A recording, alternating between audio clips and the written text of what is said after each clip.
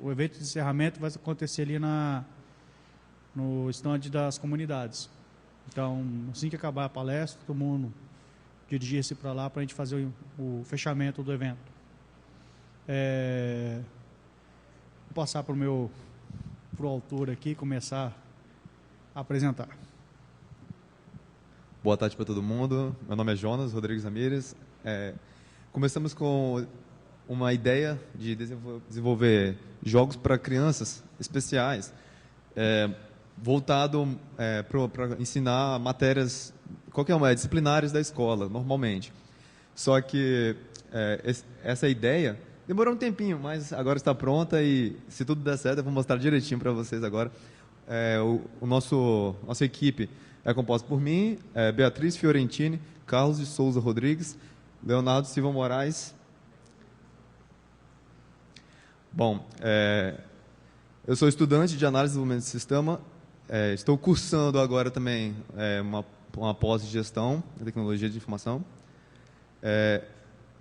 E eu pretendo, sei lá para o final do ano que vem, já estar tentando entrar em Viçosa no mestrado na área de redes neurais, né? Vamos ver se vai dar certo.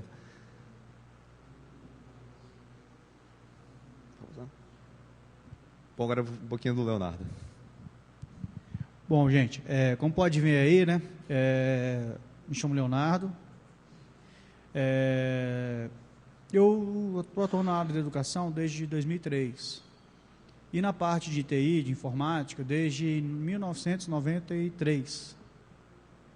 Mas com Linux, a partir de 98, que eu comecei a me interessar pela filosofia e pelo sistema operacional em si, o desafio que tinha na época. Já passei por várias distribuições. Quem for um pouco mais antigo igual eu, vai se lembrar dos Slackware, Kurumin, Mandrake, Conectiva. Passei por todas essas distribuições, até chegar numa que eu estou mais adaptado e estou utilizando hoje em dia. Desde 2012, eu assumi a coordenação do meu campus, na parte de coordenar a parte de TI do campus. Então, sou sysadmin a partir disso. E todas as soluções que eu propus ao campus, em termos de gerência, em termos de educação, foi tudo utilizando software livre. Não tem nenhuma solução que desde 2012, que eu estou trabalhando, que não seja software livre, né? E esse trabalho agora, para contextualizar, eu vou falar aonde nós estamos trabalhando, onde estamos desenvolvendo isso. Quando a gente fala nós somos capixabas, do Espírito Santo, cara, tem gente que pergunta, né, onde é que fica isso? Aí eu para quebrar esse gelo, vou contextualizar. A nossa cidade fica na região central do Espírito Santo, a região de montanha. O clima lá é bem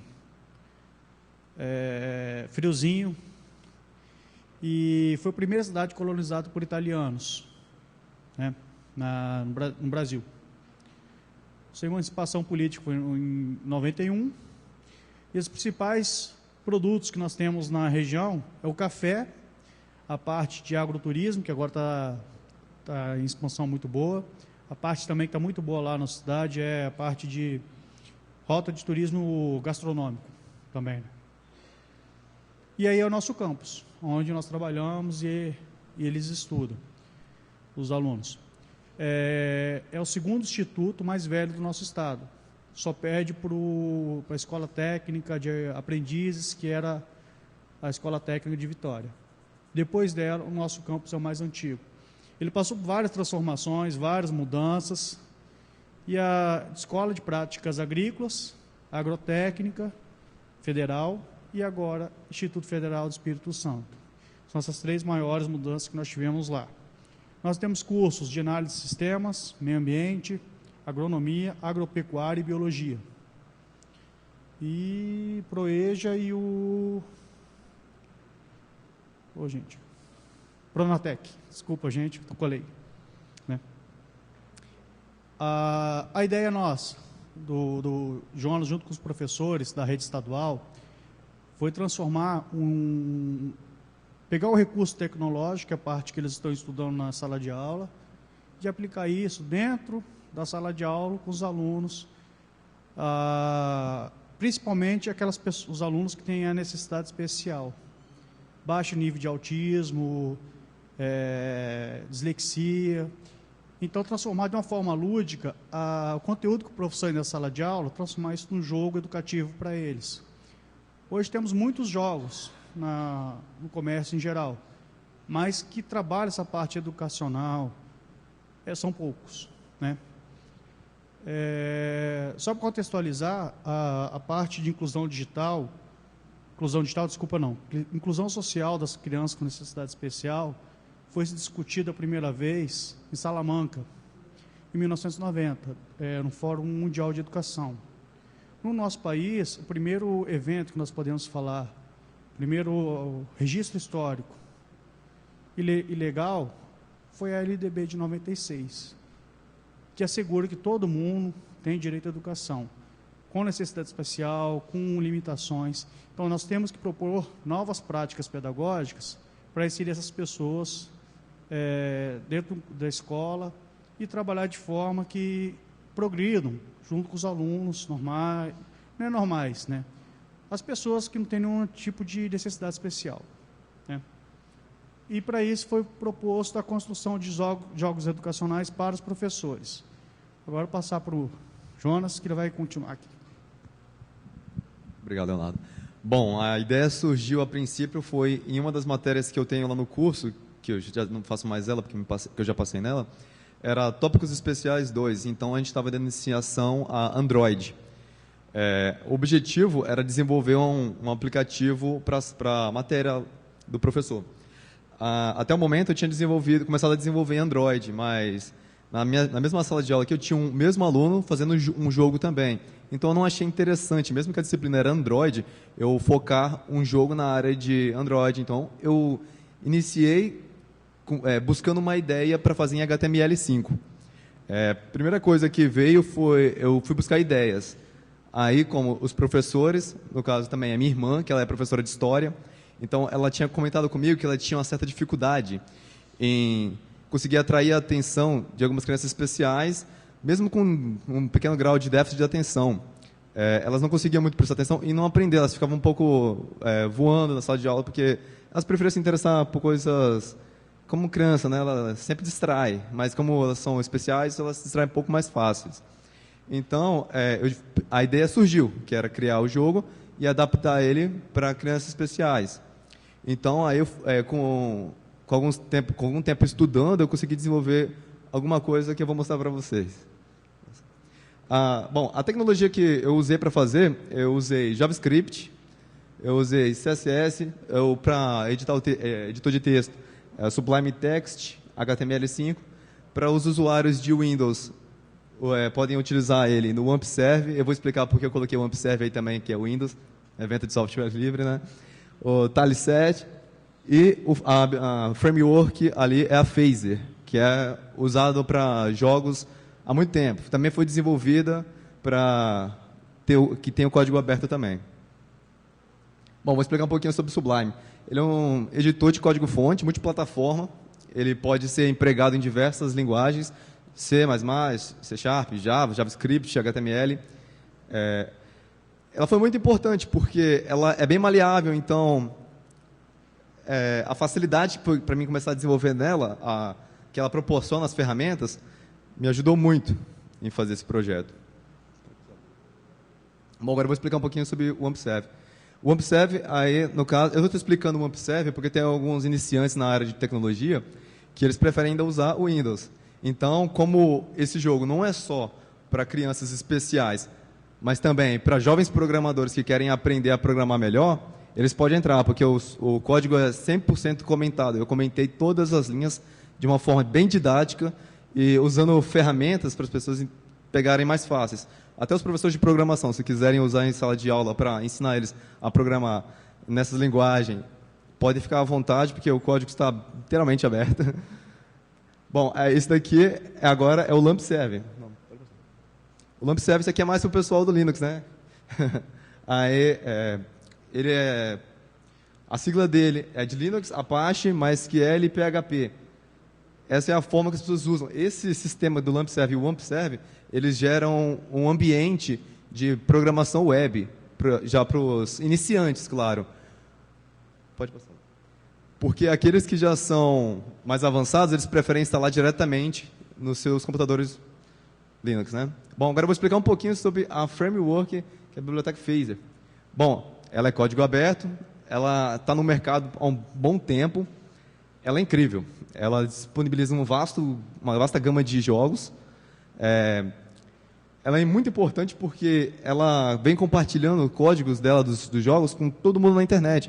Então, se você faz um método novo para um jogo e buscar eles para poder colocar no GitHub deles ou no site deles como upload, eles agradecem demais porque eles querem difundir mesmo essa ideia. A biblioteca ela é imensa, ela tem vários efeitos para você colocar em todos os tipos de partes do jogo, não importa, desde o movimento de uma corrente de forma estilizada melhor, o balançar de uma folha no chão, é incrível. Bom, ela é sem fins lucrativos, mas tem a parte que você pega as licenças e óbvio que eles aceitam também doações, né? Porque na nossa área é um pouco complicado de software livre conseguir doações, ficar sem as doações. Bom, o download dele você pode conseguir tanto ir no Google digitando Phaser e buscar pelo site deles, quanto buscar no GitHub, porque tem muitos programadores que baixam e não falam com a própria empresa, então eles preferem jogar no GitHub porque é aberto, então todo mundo pode aproveitar. No meu projeto, eu utilizei deles a parte física, que era a colisão de objetos na parte do solo, e algumas extensões, porque eles utilizam o Tile7, então eles pegam e instanciam isso. Bom, vou falar um pouquinho do HTML5. Ele veio surgindo agora, né, há um tempinho atrás já. Ele é conhecido como assassino de Flash, porque antigamente os sites usavam muito Flash e isso prejudicava muito. Na época não prejudicava porque era aquilo que eles tinham para funcionar. Com isso, eles modernizaram toda a internet, porque agora até o Facebook é totalmente utilizando HTML. Eu usei ele para a criação da página e o manuseio das telas. Vou explicar um pouquinho sobre o CSS Canvas. No caso, ele é a parte para me modelar a interface, tanto de entrada no jogo, quanto a de término e algumas tags de imagenzinhas. Ele é maleável, para você poder desenhar os objetos exatamente como você queira. Bom, vou falar um pouquinho agora JavaScript. Como lá na minha faculdade eu utilizo Java, não é a mesma coisa, mas eu já tinha uma base bem formada já na cabeça. E aí eu vi que era uma facilidade maior para mim, buscando a iniciativa pelo JavaScript. Bom, era uma linguagem de programação click-side, utilizado para... no meu jogo, eu usei para controlar a parte do HTML e a parte do CSS. Não exatamente controlar, né, porque ele dá um refresh nas páginas, em algumas situações. Ele controla para poder ter o fluxo de dados renovado dos dois, caso o jogador queira reiniciar o jogo após o seu término. Bom, aqui tem um pouquinho do código. Eu utilizei, nessa imagem, está mostrando só a parte que eu importo as fases que são utilizadas, porque o jogo é de história, então eu estou vindo desde Portugal até o Brasil Colônia. Aqui eu mostro um pouquinho das instanciações deles. Eu crio a física, que foi a parte que eu utilizei da Phaser. Utilizando a mesma biblioteca, eu importo os mapas, todos os cenários, crio a camada do jogo, porque você tem que criar cada camada. Você cria a camada do jogo, após isso você cria a camada de inimigos, que são os inimigos do jogo que tem, e a camada de personagens, que tem que ser todas instanciadas para dentro do jogo. Aí eu crio o jogo e dou início à programação mesmo. Bom, vou explicar um pouco sobre Tile7, porque ela é muito importante na parte dos professores agora que têm o interesse em envolver a informática e as outras matérias mesmo, as disciplinas.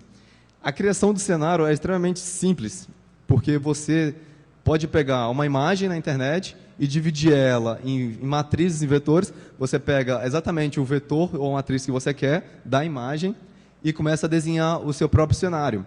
No meu caso aqui, eu fiz 10 cenários distintos, cada um deles mostrando uma parte da história do Brasil. Com isso, você vai modelando também a parte de solo, porque ele disponibiliza ferramentas para você instanciar da própria phaser a física de colisão de objetos, tanto para o solo quanto para objetos na sua direção, para você poder saltar por cima dele ou colocar a colisão entre inimigos, que você encerra o jogador e encerra o inimigo. Aqui embaixo eu tenho o bonequinho principal, que é o menininho mesmo, as moedinhas mesmo, que isso aí, o pessoal que gosta de Mario também, antigamente, né, que eu sou um pouquinho velho também, lembra das imagenzinhas? E o bonequinho ali, o bichinho, naquela época eles acreditavam muito em monstros marinhos, né? Na vinda de Portugal. Então, quando eles vinham no navio, eles tinham medo de encontrar. Então, esse é o inimigo que eu coloquei para ficar no jogo mesmo. Aqui é um exemplo do DALI7. Você tem que criar camadas. Lá no canto lá tá a camada, tem todas as camadas, tanto o fundo, o cenário e a fase de teste. Esses quadradinhos mais claros cinzas, eles são exatamente o local onde tem colisão. Se você pegar esses quadrados e colocarem ele na altura do chão, a partir do momento que o seu personagem, que você denominou ele, criou nesse cenário, ele vai colocar como o chão mesmo, é fixo. É a base que ele tem para poder se movimentar no jogo. Naquela parte ali do navio que eu fiz, ele é inclinado em 90 graus quase.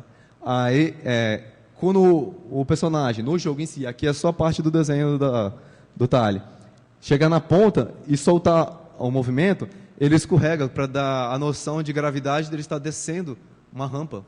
Então, a partir desse momento, você não precisa mais movimentar o personagem quando ele desce nessa parte. Quando ele chegar no solo em linha reta, ele vai ficar normal. Bom, ali no canto ali está mostrando a imagem que foi buscada, dividida numa matriz. Cada quadrado daquele é como você vai desenhando na tela. Nessa parte é importante, porque do lado de cá eu estou mostrando, antes do mastro, eu estou mostrando Portugal. E o navio já é outro cenário. Então, quando os professores quiserem desenvolver jogos de matemática, eles podem colocar alguma história da matemática e fazer o cenário de fundo relacionado a isso. Aqui, no caso, como é Portugal, eu peguei e dividi nas partes demonstrando o caminho, desde a saída de Portugal até chegar aqui. Então, nessa parte, você pode adaptar o seu jogo para qualquer área, qualquer disciplina, e... Estou caindo aqui. Qualquer disciplina... porque essa parte é que atrai a criança mesmo. É que vai fazer a criança ficar presa no jogo, é o fundo, é as cores brilhantes e a parte divertida, né? Porque com esses detalhes você atrai a criança. Bom, aqui é um exemplo lá da cidadezinha onde moro lá. Tem um centro de apoio para crianças meio necessitadas, assim.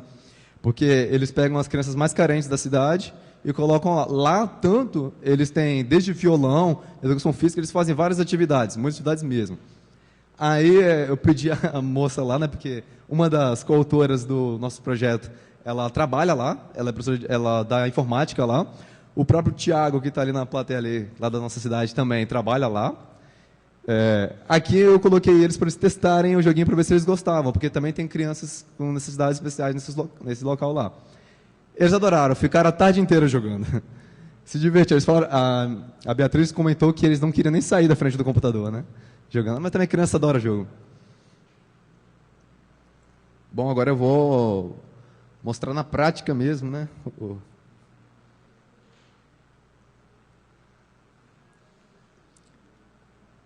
Bom, aqui é aqui é a tela de iniciar do jogo. Ele vai entrar. Para você entrar, eu vou pedir para o Leonardo explicar agora. É o seguinte, a proposta desse jogo é, de forma lúdica, transmitir o conhecimento da história para o aluno. Então, o aluno, ao momento que ele vai jogando nas fases, nos cenários, tem a parte que vai trabalhar o visual do aluno, a coordenação motora que ele está jogando, e também a parte auditiva. Então, você está estimulando de várias formas diferentes a aprendizagem dele, né? E aliado a isso, você vai passando a história do Brasil, os cenários no fundo. Então, para a criança, está se tornando aquilo lúdico. As crianças, nós consideramos que não têm nenhuma necessidade especial, adoram e vão jogar. As crianças que têm necessidade especial por alguma limitação, seja qual for, ele vai começar a interagir com o ambiente e gradativamente ele vai acompanhando a história do Brasil. Vai ficar na memória dele aquelas passagens, tem um dobrão, igual o Jonas falou, tem a parte do monstro marinho. Então, são coisas que vai agregando ao professor. Quando o professor chegar em sala de aula e começar a falar sobre a história do Brasil, ele vai ficar lembrando do joguinho. Naquela fase eu pulei o bichinho, apareceu que Dom Pedro veio nas caravelas para o Brasil, entendeu? E também tem a imagem da caravela. Então, na história, deu para contextualizar isso. Aliado a isso também, o interessante é que conhecimentos de física, plano inclinado, gravidade, também estão inseridos dentro do próprio jogo. Então, é possível também um professor de física fazer a contextualização. Tá vendo? Escorregou, plano inclinado, para a gravidade. Então, tem formas diferentes. Nós estamos mostrando aqui uma utilização na aula de história, mas você pode fazer para português, para física, geografia. Geografia, gente, é muito rico em material humano, material didático, né? Agora a gente vai mostrar aqui a demonstração do jogo, propriamente dito, né? Vai lá.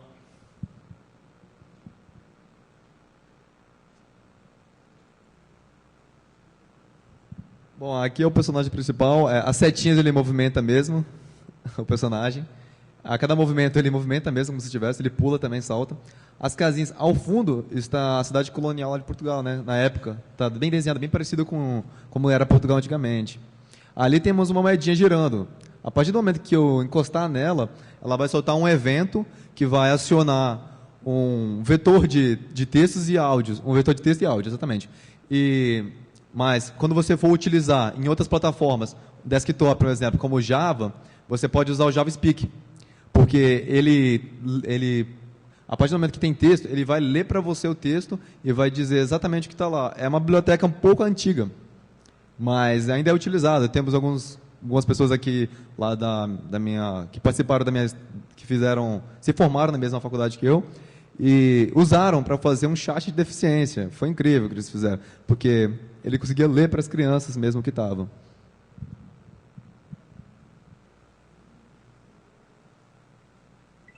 Era uma vez um país muito distante chamado Portugal, cheio de grandes cidades, com casas, igrejas e ruas cheias de gente, governada pelo rei Dom Manuel I. Bom, o jogo é meio lúdico, mas só que a criança ela pode voltar, ele incentiva a leitura, pois ele também gera o texto que a criança pode ler.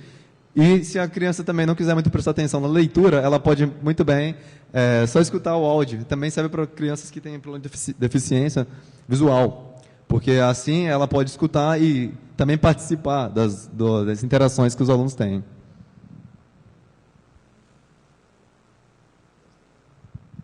Bom, aqui é o monstrinho, né, que eu falei, ele fica parado. Você pode colocar a implementação de movimento, mas como as crianças o alvo do projeto são especiais, então eu não poderia colocar movimento neles, porque senão o jogo ia ficar um pouco mais complexo para elas jogarem. Então eu coloquei ele de forma estática. Ele fica parado, mas se a criança pular por cima dele, ela mata o bichinho. Aí, a partir do momento que vai clicando nas moedinhas, ele tem um placar lá em cima. As pessoas gostavam muito de uns temperos especiais, aos quais chamavam de especiarias. Um placar lá em cima. Em cima dele tem exatamente a vida do personagem, que ele tem 3 vidas para poder jogar. A cada vez que ele se colidir com um monstrinho, ele perde uma das vidas. Aí na terceira vez ele pega e já encerra o jogo mesmo. Aqui, esse por enquanto é o primeiro cenário. Vou mostrar mais uma colisão de moeda. Para ter essas especiarias, tinham que ir até um país chamado Índia, e para chegar lá só de barco. Bom, aqui se encerra o primeiro cenário e a criança vai entrar de uma forma bem lúdica mesmo, ela vai entrar no próximo cenário, que é um navio. Ela sobe mesmo aqui. Aí agora a parte que eu falei de 90 graus. Quando eu soltar o mouse, ela escorrega. A pedido do rei de Portugal, Pedro Álvares Cabral foi enviado às Índias e assim partiu com sua tripulação em caravelas em busca das especiarias. Os objetos como caixa, eles também, eu coloquei a forma na entrada, quando você pisa na quina de uma caixinha daquela lá, você pode deslizar.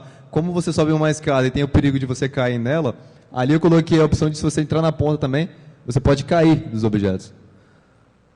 Claro que não vai perder vida, né? Porque senão ficaria um pouco mais complexo. Aí aqui, simplesmente vai passando mesmo. O cenário de fundo são os navios caravelas. Mas Cabral acabou errando o caminho para as Índias e chegou nas terras onde hoje é o Brasil. E no dia 22 de abril, avistou um monte. Agora eu vou mostrar, se eu colidir com um inimigo, o que acontece. Ele me joga para o início da fase que eu colidi com o inimigo. No caso, toda vez que você morre, ele vai te jogar no início da fase que você perdeu sua primeira vida. Aí a criança pode ir jogando, os textos ainda vão continuar, mas porém as moedas não. Para a criança, se ela quiser voltar a ler, incentiva ela a ler de novo, né? Porque já que ela vai ter que passar por aquele local da fase, ela vai ter que ler. Ele vai passando. Deixa eu só terminar essa parte aqui.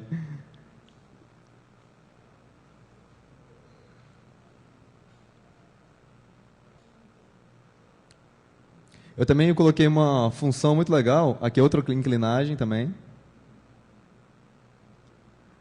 Eu coloquei na próxima fase, que já é a chegada deles no Brasil já, então eles encontram... Chamaram esse monte de Monte Pascoal e o nome dado à terra descoberta foi Terra de Veracruz. Aqui eles já saem na terra. O efeito que eu coloquei na areia é de deslize, porque você escorrega quando você fica na areia. Então, a criança, quando ela pegar, ela vai se divertir. Nas terras, os portugueses se depararam com os habitantes daqui, índios tupiniquins, e se espantaram com seus hábitos de não usar roupas, pintar o corpo e morar em ocas. Bom, assim, nessa parte mais lúdica deles escorregando, a criança vai vendo esses detalhes, e não parece, mas isso vai chamando a atenção muito delas. Bom, agora eu vou explicar um pouco mais sobre o projeto mesmo em si. Esse projeto, quando eu consegui a palestra que foi aprovada, algumas escolas viram, na própria rede social que eu compartilhei, o link aqui da escola, já vieram interessadas em querer saber como elas adquiririam o jogo. Aí eu expliquei que estava indo em fase de teste, mas agora está terminado, e elas estão querendo já implantar em muitas escolinhas também, da rede pública.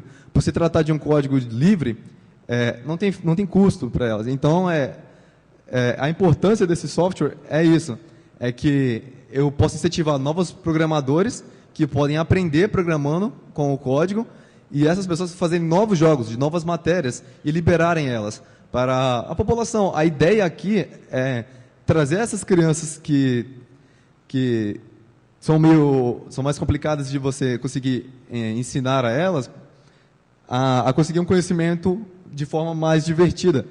Porque assim elas vão conseguir aprender mais, um pouquinho mais pelo menos, porque elas vão estar interessadas no jogo. O jogo em si, ele é liberado, aqui no caso é a programação dele, um pouquinho do código. Os programadores podem muito bem ver eles, editar, no caso. Ele vai estar no meu GitHub também, se alguém quiser, algum programador, algum professor de faculdade de programação, quiser dar os inícios da faculdade, né, programação 1, 2, que tem um tempinho já que eu passei para essa parte, que elas quiserem passar para eles, podem ficar à vontade. Esse jogo aqui, ele foi apresentado para o pessoal do NAPNE, lá da nossa escola, que é a parte que cuida mais das crianças com acessibilidade lá, do governo mesmo, que cuida dos NAPNEs, dos IFES mesmo. Esse joguinho aqui, para falar a verdade, ele é muito, muito importante para os programadores na parte de você poder pegar, fazer uma turminha, fazer equipes nessa sala de aula, para poder ensinar. Com elas eles vão aprendendo, então você pode desenvolver. Ele é totalmente maleável, você pode fazer exatamente o que você quiser dentro do código.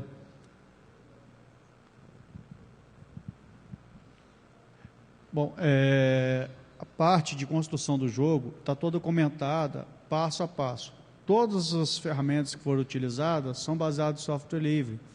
A parte que o Jonas contextualizou do AMP Server ou LAMP Server, para mostrar que ele pode funcionar também em diversas plataformas. O jogo atual, que já está finalizado, a gente vai estar levantando o servidor web no nosso campus, vamos disponibilizar para a comunidade que queira utilizar como ferramenta na sala de aula. Aliado a isso também, outras pessoas que queiram contribuir e desenvolver outros jogos para outras disciplinas, poderão mandar para nós, a gente coloca no site para disponibilizar para toda a comunidade. No nosso campus, nós temos um núcleo que atende a pessoas com necessidades especiais. Inclusive, nós temos alunos com deficiência intelectual no campus, trabalhando, fazendo curso técnico. Esse trabalho que estamos desenvolvendo lá, junto aos professores da área técnica e da área do ensino médio, está possibilitando o atendimento diferenciado para esse aluno que tem essa necessidade especial. Foi identificado, foi diagnosticado, e de acordo com a lei da LDB que eu falei antes, toda escola é obrigada a assistir. Antigamente, nós tínhamos muito receio, falar, aquele aluno é burro, não aprende. Mas a gente não sabia o que era. Muitas vezes poderia ser uma deficiência na visão, uma deficiência auditiva, ou até uma deficiência intelectual.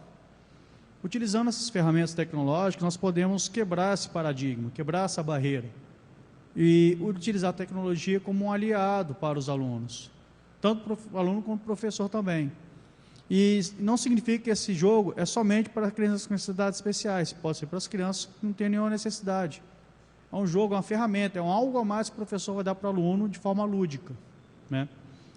Bom, essa apresentação aí, da UF5 aqui.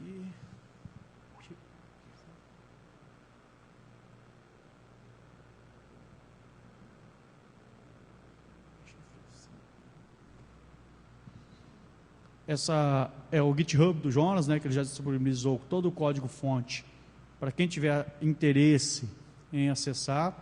O e-mail do Jonas está ali também no ambiente, né, na tela. Qualquer dúvida, gente, podem mandar. Inclusive, quem tiver interesse no Brasil inteiro, quiser assistir jogar, vão disponibilizar posteriormente um IP, um URL para o pessoal ter acesso ao jogo, e é o código-fonte para o pessoal poder modificar e adaptar de acordo com as necessidades deles. Queremos abrir agora a parte de perguntas, dúvidas. Estamos à disposição. Vamos lá, gente. Pode perguntar.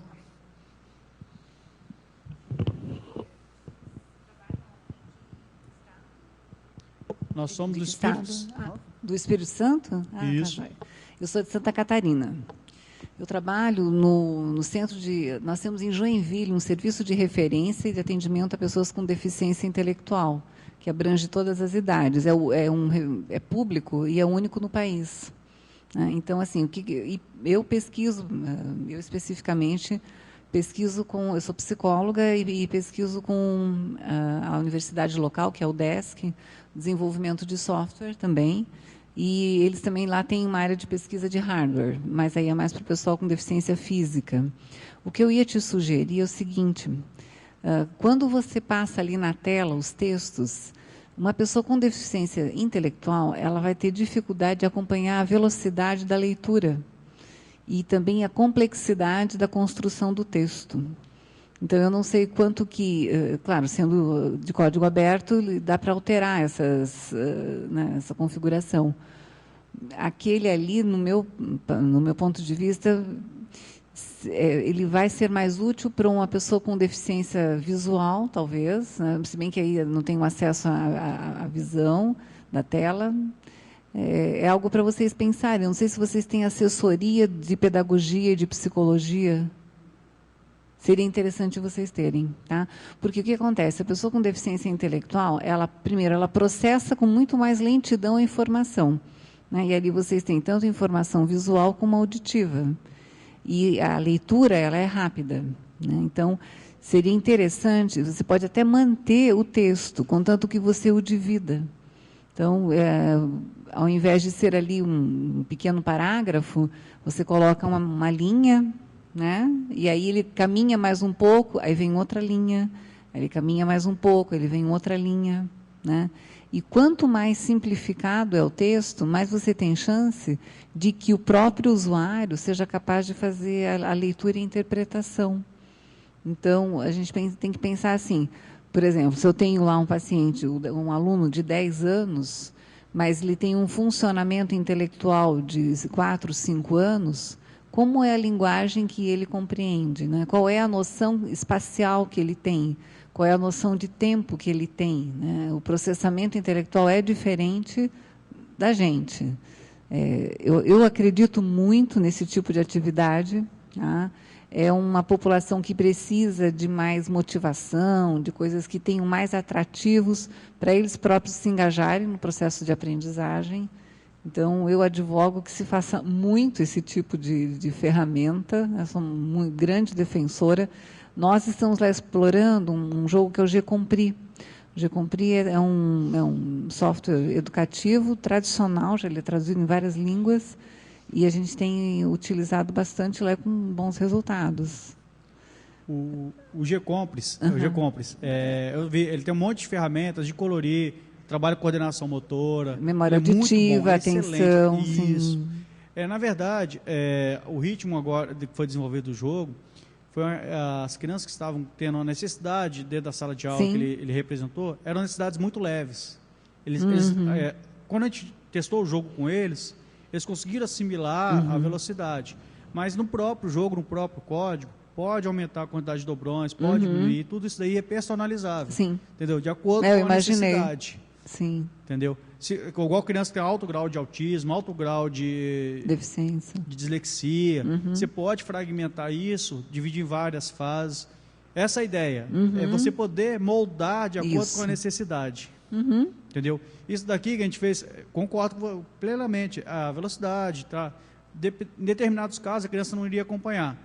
No caso nosso que a gente testou lá, eram os graus de necessidade especial das crianças Sim. lá eram leves. Então elas conseguiram acompanhar. Mas isso é perfeito. É a sugestão válida, inclusive para as próprias pessoas que forem desenvolver, adaptar com a necessidade dela. Isso, e deixar, né, claro que é possível fazer isso. Mas parabéns, acho que a iniciativa ela precisa ser divulgada e replicada, né? Não, com certeza. É a ideia nossa. Tá joia. Esse aqui, gente, é o pontapé inicial. Entendeu? Mas já está muito bom. Obrigado. Mais alguma dúvida, gente?